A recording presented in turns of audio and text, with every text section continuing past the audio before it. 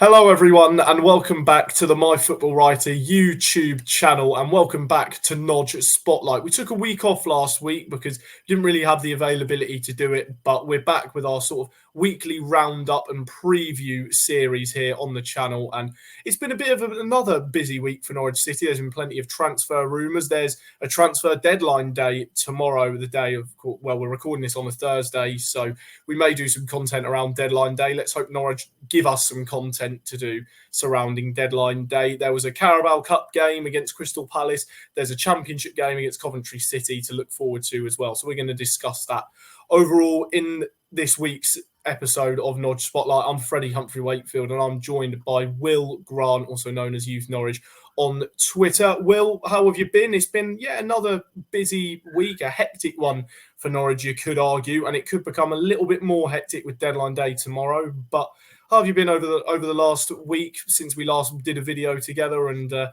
you looking forward to deadline day and the game against Coventry on Saturday? Yes, mate. Generally, I'm good. At the minute, I'm just trying to sort out some away trips coming up as well for Norwich as well. So it's been quite a frantic one on the logistic front, especially trying to plan everything as well. But I'm better than I was this time last week, Freddie, because obviously you weren't able to record. So I was quite sad, but now I'm much better. So all is good in the world, and I'm just hoping we can have a very, very good result on Saturday and a positive end to deadline day. Yeah, let's certainly hope so. You would, of course, Norwich have had a decent record against Coventry as of late. They've gone quite a few meetings without defeat, which I would love for that to continue. Coventry are a dangerous team. I know you've voiced your concerns previously in previous podcast episodes and the season predictions we did, our table prediction just before the season started. I know you had Coventry very high up. They have got some very threatening players, which could cause Norwich some issues, but with recent record, you could argue it all falls into Norwich City's favour. But just going over the preparation really for that game, what do Norwich have to look out for? Of course, it's easy to say the likes of Haji Wright and Sakamoto in terms of attacking wise, but you could argue maybe defensively Coventry aren't the best. But maybe what if you're in Johannes Hovtorup's shoes? What are you looking to do, really, as you prepare for what is yet another really hard test for Norwich at an early stage of the season where points are vital and Norwich are yet to get their first win in the Championship? Yeah. You've got to do quite a lot of things right on Saturday, Freddie. I'll tell you that for sure. They've got so much quality. I kind of said, obviously, in a live stream last Saturday, they're wide players of Sakamoto and Haji Wright. They are superb players. I think Sakamoto offers you more one-on-one threat, coupled with their right wing back, Milan van Uwijk, I think his name is, and I think he's probably the best right back in the league, I'd probably say. So he gives you so much pace and quality on the right side, along with Sakamoto. So it's going to be so important that Ben Crescene or Callum Dull, if that is, and also I reckon Budge side as well, they've got to be so disciplined on the left-hand side because both of them like to attack and be direct and on the front foot. Of course, as well, that can leave chances for Norwich to capitalize on the other flank going forwards as well. So that's definitely one way to look at for sure. Then you've got Haji Wright, and he's more of a person that likes to cut inside and try and pick up those pockets of space. Similar to what Senac tried to do in the last game against Sheffield United, but I think he's more astute at turning away from his man and then upon a very, very good finish as well. So it's going to be very hard for Norwich as well. Coventry set up in a 4-2-3-1 shape out of possession as well. So that means that Norwich are going to have to be very, very brave with how they play at the back as well, because they're, as well as Coventry's front press and like to press forward onto the defenders, they also back it up with the deep midfielders as well. So it's going to be a very, very brave setup which Norwich are going to be facing. So I think that puts a lot of strain on Shane Duffy if he plays, because he's got to try and mid the ball quickly, especially in this game, because I feel like out of the three teams we've played so far, I think Coventry will probably be the more brave out of possession as well. So it's going to be very interesting to see how Norwich can navigate through quite a high press. You look at it as well, Jack Madoni as well, he's been played in that attack midfield role out of possession as well. And he's a very, very fierce presser on the ball, very, very energetic and so physical as well. So it's going to be a very, very hard task for Norwich as well. But with the way that Coventry like to press out of possession, it could give Norwich real chances as well. I think how I would describe Coventry is I think they've got a top-heavy team in the sense that I think they've got so much great options. But I look at their defenders, and I think there is a drop-off. That's me being honest. I watched their last game as well, and it was quite a key action during the game as well. I think Bristol centre forward managed to spin away and roll away from Latbier. And right now, like when I saw that, I was just thinking Sargent. So Sargent is going to be such a key player this game for Norwich. Obviously he was rested during the week, so that's very encouraging. But Sargent has got to try and be a threat to feet as well as in behind, because I think he could have real success against their back line. So and also Coventry like to build up as well in a similar kind of shape to what we do. In a 2-3-5 shape as well. That was displayed against Oxford Oxford at home, especially. Albeit Norwich's fullbacks are probably a bit more centred in the pitch. Coventry like to have Bidwell and Van Uwijk a bit wider when they're on the ball. So that's going to be very, very interesting to see if Norwich can try and capitalise on some turnovers, because that could be quite a key topic as well. So yeah, I think it's going to be a very, very tough game, mate.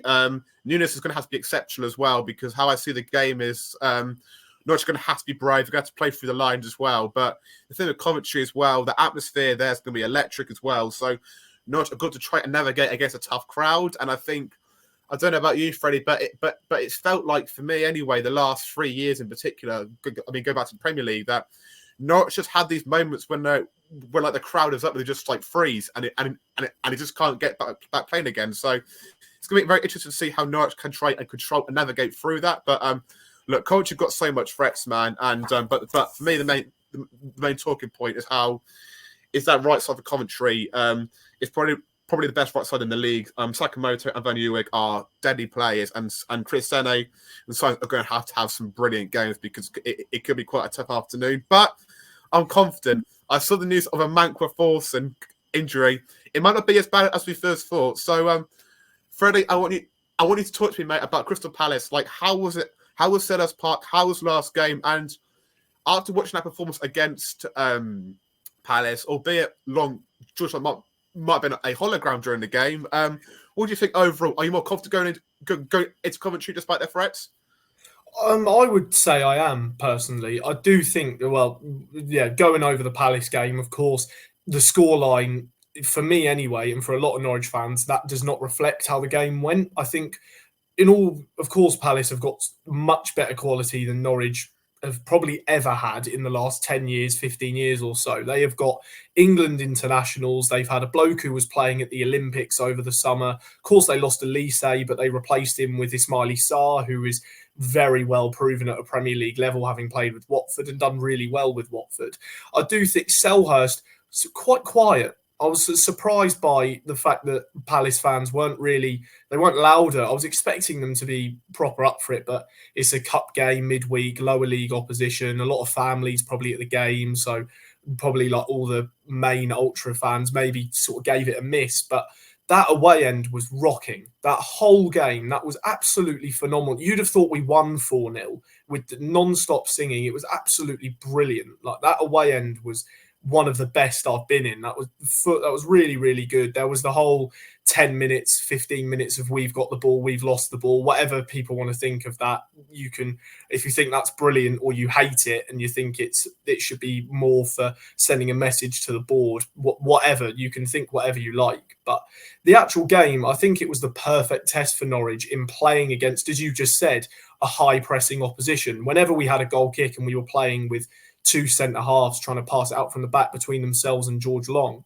there was a lot of elements of Palace were going man for man. We were being pressed by three players on the edge of our own box. And at times we played it out brilliantly and we beat the press and we made some really good chances. Should have scored twice. Of course, there were the two chances where, Forsyth missed a follow-up from about 3 yards. He hit the post. Then you had Svartal miss pretty much an open net. But we created some really good opportunities and some good half chances. I thought using our width especially was really good. Maybe against Palace or Coventry, even, as you mentioned, with Van Uwijk on the right side. They've got a very good fullback who is quick, athletic, he's strong. That could cause a big issue for Sainz in the game. Maybe you could bring on Onel Hernandez with a couple minutes to go to try and run him ragged. He's a bit more of a physical player than Sainz, but then again, that could just be a whole different way the game goes. But I do think against Palace, we played some really encouraging stuff despite the scoreline,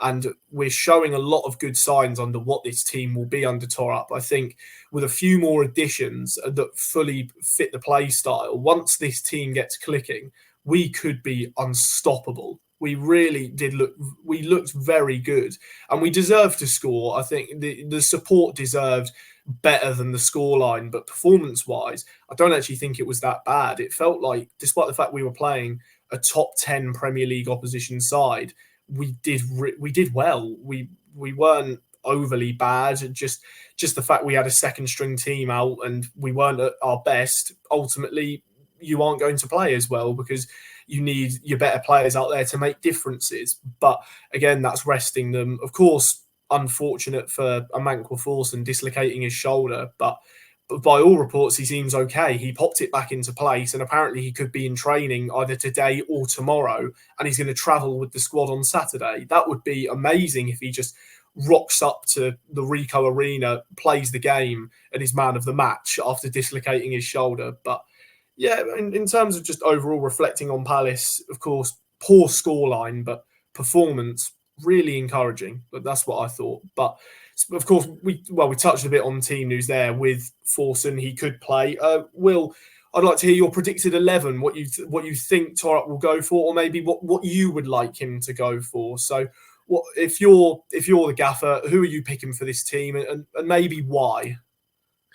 Yeah, obviously, I personally think the back four should stay the same as it did last week. I've been looking back at some stats actually, and across the league, Norwich have actually prevented an XG of 0.01 against all the teams they've played for so far, and that was the highest XG that they conceded across the last 3 games. So overall, that's pretty consistent for a team who are still 20th in the league. So I think it shows plenty of positive, real positivity. I think the back four obviously should be Gunn, Stacey, Duffy, Doyle, Crescene. I'm okay with Duffy playing at the back. I thought he was okay last week, actually, pretty solid. And I think actually you have to have a player there to deal with Ellis Sims as well, because obviously he's quite a big physical presence as well. So, and I feel like the way that Coventry are going to attack is by playing cross into the box. So I think Duffy can cover that quite well. I thought Ben Crescene, I think, has grown it into the team now. Still could be a bit better, but I think if Crescene plays well against Coventry, then that'd be really, really pleasing because I feel like Coventry are probably one of the most hardest tests for him as a fullback. They've literally got to probably about 2 of the quickest players in the league, so definitely players to be wary of. And then, if Forson is fit, I'll go for Nunes, Forson, McLean. And as I said earlier, what those 3 have to actually do in that midfield is actually bring control to the team. Obviously, we showcased it again in a 30-minute period against Palace. So obviously, I know it's so hard at this level to try and control a game for a full game. I get that, but if not, I'm gonna try and go to Coventry and win. You're gonna have to show some confidence and composure on the ball, because I think that's gonna be very important, because I think Coventry want an intense game, end to end, getting their fans involved. So if Norwich can just like kill their momentum slightly, that's gonna be very, very encouraging going into the match. Yes, my front 3, I would go for Sainz, Sargent, and Cernat. So I think I've gone for an unchanged team, and I'm happy to go for that. What I will say, though, is I think I'd be happy if Sainz and Cernat actually swap flanks during the game. That's just due to the pace of Van Uwijk and Sakamoto. So if Norwich can try and get Sainz playing well on the other side against Jay Bidwell, I think that's probably a battle that Sainz would favour, actually. So that is very, very encouraging. And what I would like to see during the game, obviously Cernat is going to have to try and be very clever in the positions he takes up. And I think actually a key topic of this game will have to be movement, because I think maybe like across the pitch, actually, I think Coventry, especially in attacking areas, probably have the beating of our defenders. So Norwich actually, when they're on the ball, they're going to have to be so clever with how they move and try and orchestrate attacks, because I think Coventry probably had the one-on-one edge on them, especially with the home crowd as well. So that's how I kind of see it.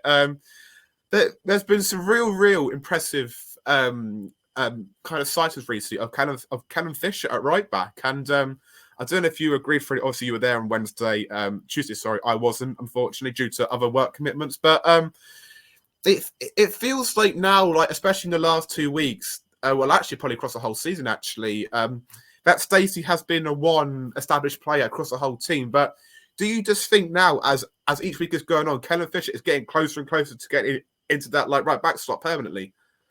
Well, I don't really know. I'm sort of mixed on this opinion, really. I think Jack Stacey, of course, fits this system brilliantly. He's all about bombing down the wing and becoming pretty much an extra winger, albeit his final ball could really use with some work. I think that's the one thing that lets him down in this actual system is just his final delivery. Like his crosses very rarely find a man. His passing, like low drilling into the box, isn't the best. It's just deliveries need to be better when you're playing that sort of role, of course. But then on the other hand, Fisher, albeit he may be better than that, but he's still so raw. He's not played all that many minutes in a first team. He's not. I wouldn't say he's fully sort of adapted to championship football. Of course, having played non-league football, it is a bit more of a physical game. I very much admit that is the case. But Bromley, of course, now being in League Two, known for really intricate possession play and sort of breaking teams down and using width pretty much, playing a bit more of a modern game than the majority of non-league teams. But I don't really... you could argue Fisher's getting there. I don't think he was that bad on Tuesday night, but then again, he had a tough time because he was up against Kamada and Eze, who were just ripping him a new one anytime they got near him. But, that's a Japanese international who's played in Europe with Lazio and an England international who is one of Palace's best players and one of the Premier League's arguably best players in the position. He's a really tricky player, intricate with the ball at his feet, and Fisher was having a really difficult time trying to cope with him. But it could be that maybe he needs a bit more exposure to first team football. Of course, that's the best way to get a player to be better. Just put them up against difficult opposition. They will learn and they'll recognise patterns of play that a player has, and maybe that could make Fisher better. Could he maybe use with a loan move? Arguably he could. I think that maybe could be something we look to do, but we're so scarce in right back position that we need him for coverage, and he's not a bad backup option. He's a young kid who has got a point to prove, and he does look okay. He was good in pre-season, playing in a lot of different positions, but do I think that maybe he'll break into the first team soon? Probably not. I think he still has a lot to learn and probably showcase in the system. But then you can argue he's probably not going to get that many chances because unless he really is impressed with him in training, and maybe unless Stacey has a really bad run of games, I can't see Fisher breaking into the team. But that could be the case. It could be a lot different. I don't really know what sort of goes on behind the scenes, of course. I'm not a coach. I'm not one of the players. But maybe that could be something that's integrated. I don't know. But I would argue maybe he's getting closer to it. I think there's quality there, and maybe at one point, why not give him his shot and see what he does? But yeah, that could be something that we see. But just to sort of go away from that, I'll go back to sort of predicted 11s and what have you. I'll give you mine. I go very, very similar. Of course, Angus in goal. After the display I watched of Long, please don't let. Oh no! I'm sure George Long is a lovely bloke. I'm sure he's a brilliant guy with a lovely personality. I'm sure he's a top bloke. But just his goalkeeper. I know he's a backup keeper. He's playing his role, but it's just there were the 2 goals that could have arguably done better on. But I'm not going to try and make him a scapegoat. But I've got Angus in goal, Crescene left back, Stacey right back.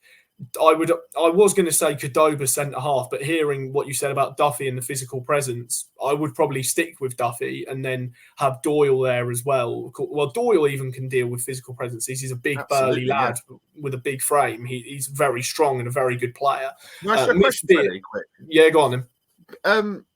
Do you see a world where it's Cordoba and Doyle? Because it feels like to me last season, especially, we were like, and even the first opening game, there seems to be a consensus that it's okay to play two right footers in a centre back role, but it never seems to be the case where two left footers actually play together, does it?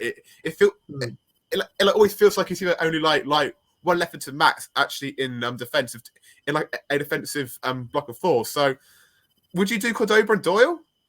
Well, the thing is, with the money we spent on Cordoba, I think it's ludicrous, really, that he's not had as much game time. I do think he was good on Tuesday night. A lot of my mates who came with me, they were all saying, "Who's your number 33? He looks really good. He looks tidy on the ball," and he did. He is that proper ball-playing centre half that we were promised. Do I think maybe you play two left footers in defence?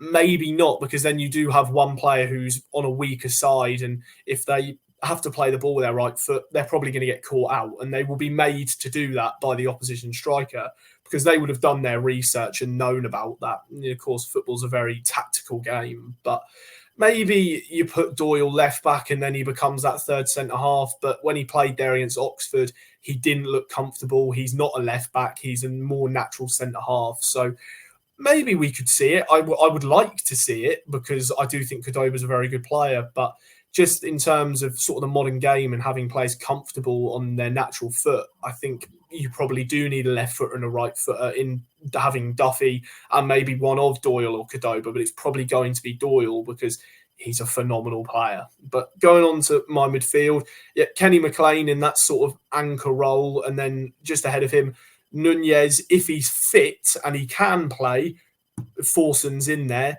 If not, Oscar Svartau gets in for me. How was he? How was he Wednesday? No, he was very sharp. Yeah, very sharp. And really, some really nice first touches and some lovely passes to set up attacking play and just exploit a bit of space.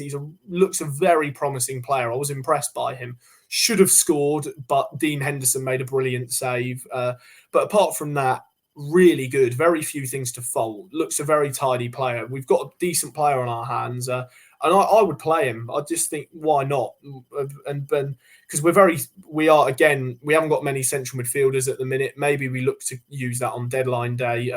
But I would, if Forson's fit, I'd play him. If not, I would genuinely put in Svartau because I think he looks a tidy player. And why not? If you're going to give him the test to prove himself, give him this game away from home, really tough opposition. Give him this chance. And if he does well, he's probably going to end up all right. And then front three, Sainz, Sargent, Cernach, I think that will probably be it going forward for a lot of the time. And although, well, maybe Cernach does look a bit more sort of a physical player, maybe that could be good against Van Uwijk. But Cernach really, of course, in his first two games, he maybe hasn't been the best. There were some decent bits of play on Tuesday night, and even when he was subbed off, really nice touch, just came off, put his hands up to the fans, and I could even see him like visibly like saying the word sorry. Like he knew it wasn't going well and he was happy for the fan support and he acknowledged that, which is a nice touch for a lad who's only been here for not even 2 weeks. I liked that. I think if give him time, he could be a tidy little player. Him and Svartau looked sharp. Attacking wise, they were probably our better players. Thought Onel Hernandez again was quite impressive down the left side. Really, I think he did well, but I don't think he warrants a starting position for me. But sort of, we're touching on deadline day and maybe Norwich need a few more additions. Just quickly going on to that, sort of covering it a bit. What would you go for in terms of now deadline day is approaching? There's been a few players linked with us. There's Slimane, the midfielder from Sheffield United. Looks like that's going to be done very soon. Maybe there's mixed opinions on him. Of course, for Sheffield United, couldn't get into a team that got 16 points in the Premier League. That's a cause for concern, really. But of course, Danish, played at Brøndby, Torup and Riddlezone will know him well through scouting him and playing against him. There's also Rania, who could be joining on loan from Real Madrid, but it seems as if from reports by Sam Seaman this morning that is pretty much off the cards. Norwich are looking for a winger as well. They've had a loan offer for Rabbi Matondo from Rangers turned down. So what would you go for? Because it seems if Norwich are looking for another midfielder and a winger to maybe replace Rowe, but seeing as Cernach is sort of now in that wing, playing that wide role. Kamara is probably going to be on his way out on deadline day. What would you go for?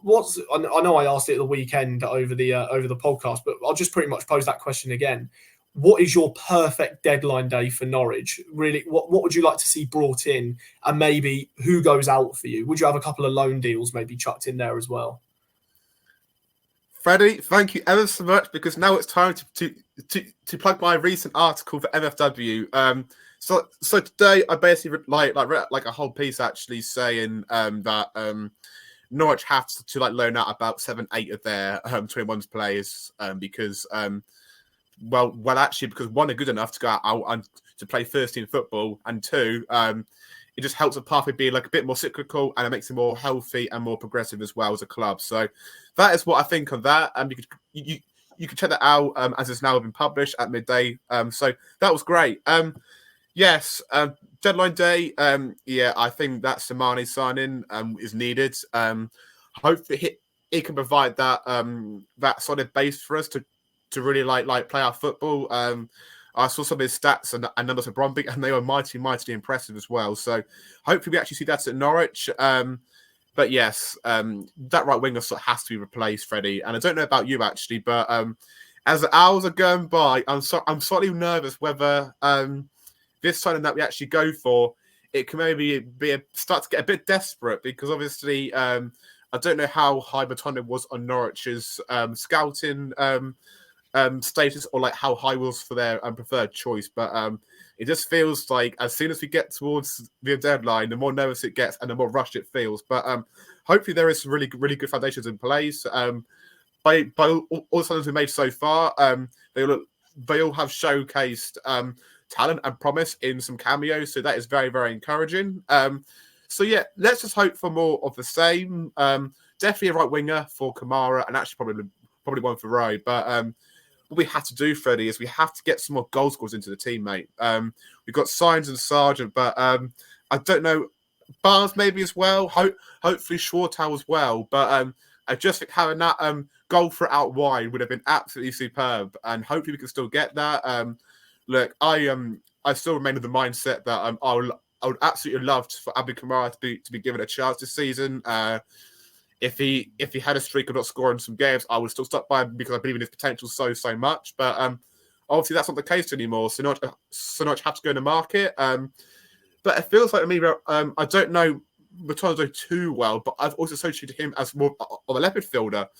And so does that mean that they actually fancy size more on the right wing now? Who knows? So it's very interesting to see what actually happens between here and now. But I imagine by the time of recording tonight on Thursday evening that Norwich probably have someone close to getting a new player in the building, especially on that right wing. Freddie, do you agree, mate?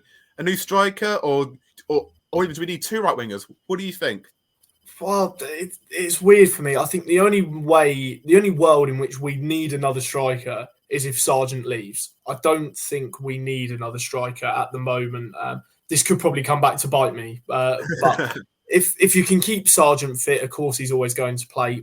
Ashley Barnes maybe isn't the perfect backup, but we've got Cernach as well. And even if he ends up having to be a winger, if Sargent does get injured, he's a natural striker, Cernach. So you can just move him to striker and then maybe play Forsyth out wide, which we've seen, and it can work. So I don't really think Norwich need another striker. A winger, definitely. We're yet to see the replacement for Rowe. Maybe it is Cernach, maybe it isn't.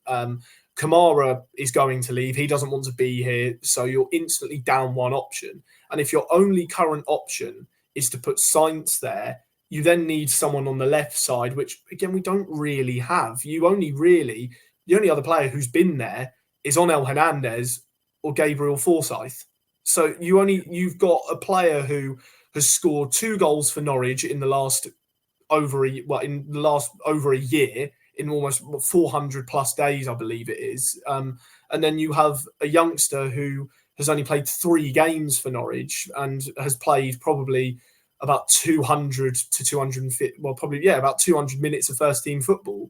So we need a proper first team winger in there. There's no question about that. Maybe Do we need maybe one or two? I think getting two at this stage would be really difficult. So I think just get one winger in who is going to be quality. Rabbi Matondo probably would have been an all right signing. I think he had a decent, I believe he was at Stoke on loan a few seasons back, and he wasn't too bad. So it would have been an okay signing, I think. But we do need a proper winger. Where that comes from, I don't know. It needs to be a good player, though. It has to be, because otherwise we could end up in trouble. Do we need a midfielder? Yes. Slimane looks as if he's going to be that man. Maybe we could use with another one. Maybe it's difficult. That we needed more depth. Really, that's what Norwich are lacking. We're lacking proven quality depth. But again, it's the whole point of a tore-up side is to promote youngsters and put them into the first team and get their big breaks. So again, if you factor that in, maybe Norwich are okay. There's a lot of decent youth academy midfielders. You could probably sit here and name about 10 of them off the top of your head. So there's a lot of promise maybe from youth products. But I think overall, get a midfielder, which we're going to do. That will be a matter of time, really.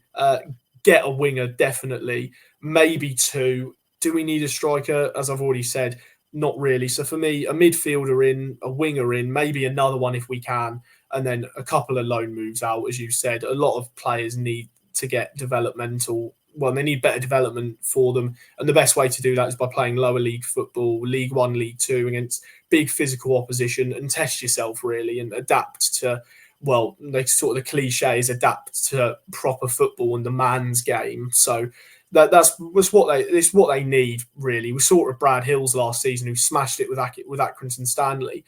Maybe he could benefit with another one. There was talks of going to Peterborough, but they fizzled out.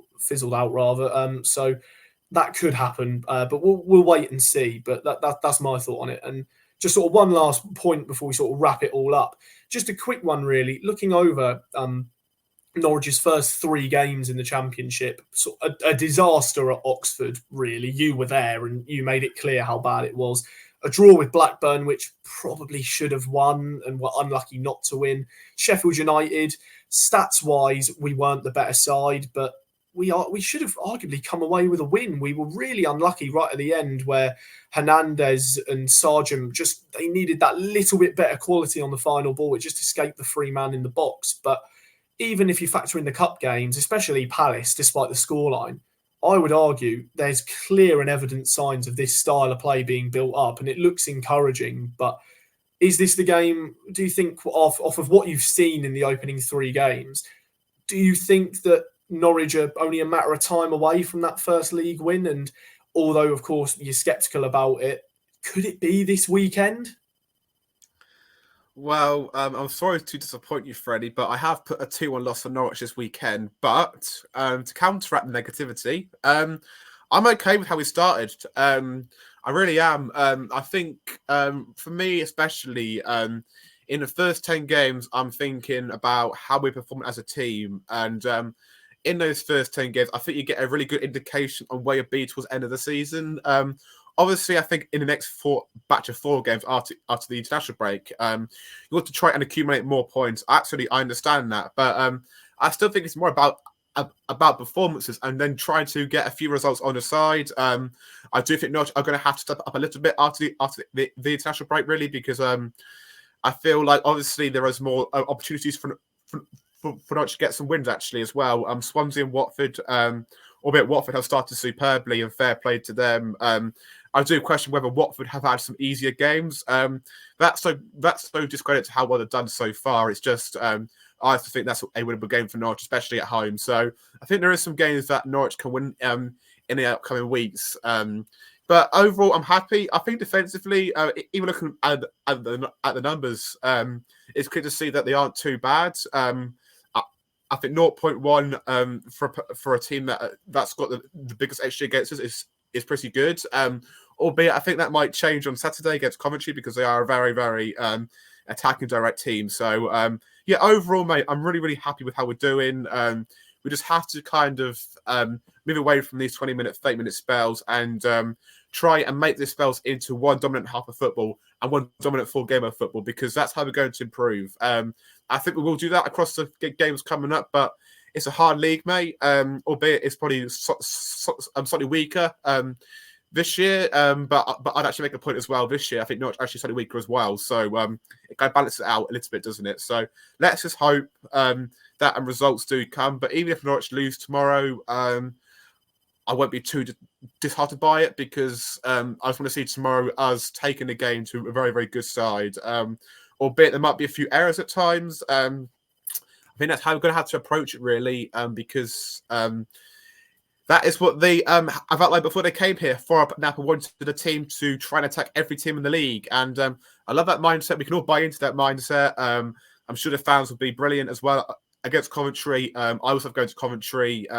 Unfortunately, not going this year because it's quite an expensive one, especially now at Coventry. So hopefully it's a very, very good outcome for Norwich on Saturday. But I won't be too disheartened if we do lose. But just please be a good performance. Otherwise, there might be a bit more worry that's coming through. How about you, Freddie? What are you thinking about stuff? Well, I was last at Coventry when we played them at 12:30. And it was pure, beautiful madness. It was chaotic. We were 3-0 up 18 minutes in. I had no idea what was going on or where I even was. And then of course, then they made it 3-2 in the 25th minute. And I thought, well, brilliant. Well, now we're going to draw this game or we'll lose it. And then up stepped Kieran Dowell to smash one in at the near post. And at the same time, I smashed my nose on the back of a plastic seat. And there was blood everywhere, but no, it was a fun time. So hopefully it can be like that. It's a great away day. Fantastic. Absolutely brilliant. Me and about 40 other people in this massive group chat I'm in, we all had flat caps on because it was near Birmingham. So that was a good laugh. but it was good. Yeah, it was a fantastic day. It was unbelievable. And if Norwich can get anything near that, that would be superb. Do I think we'll win? I don't know. It is a tough game. It's a very hard one. And all the factors which you said earlier, a hard atmosphere to play in. They've got a very good team. They create a lot of chances. They're brilliantly coached under a former Canary and Mark Robbins. It will be a tough game, and Norwich may struggle, and they could have that, as you said, the 20, 30-minute period where they're destroying them. But we need to turn that into 60, 70-minute periods to properly win games and look in control. It'd be a tough game. But again, as you said, I wouldn't be too disheartened if we lose, as long as we put up a proper performance and we make a good go of it. That's the thing that matters to me most. Give it a proper go and go down hard trying. But who knows? Who knows? We may win. But there you have it. Well, there's your lot, really. There's your weekly catch-up, and hope you've enjoyed this episode of Nodge Spotlight, and I hope you enjoy the game if you're going or if you're watching it on Sky Sports on Saturday, 12:30, Norwich away at Coventry City, the Ricoh Arena. How will they fare? We don't know. That's the joy of football. I've been Freddie Humphrey-Wakefield. He has been the excellent, as always, Will Grant. This has been Nodge Spotlight on the MyFootballWriter YouTube channel. It is goodbye for now, and we'll see you for the next video of ours here on the channel. See you then.